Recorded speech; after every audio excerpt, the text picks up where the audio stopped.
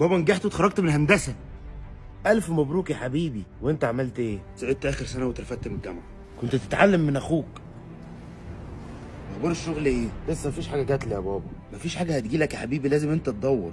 انا ادور ازاي؟ انا مهندس، هم اللي يدوروا عليا. انا كنت بدور على شغل لو سمحت. معاك ايه؟ ثانويه. يبقى هتشتغل عامل.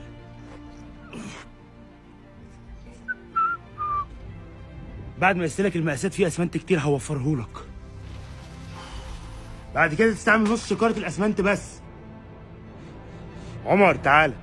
ايه يا فندم؟ انت بتشتغل احسن من اي حد هنا وعايزك تمسك المشروع. تمام يا فندم، بس هحتاج مهندس معايا. الو، شغل، جالي شغل بابا، جالي شغل. اخيرا بعد سنتين قاعد في البيت. مش مهم، انا رايح اقابل مدير المشروع بنفسه. ومدير المشروع فين؟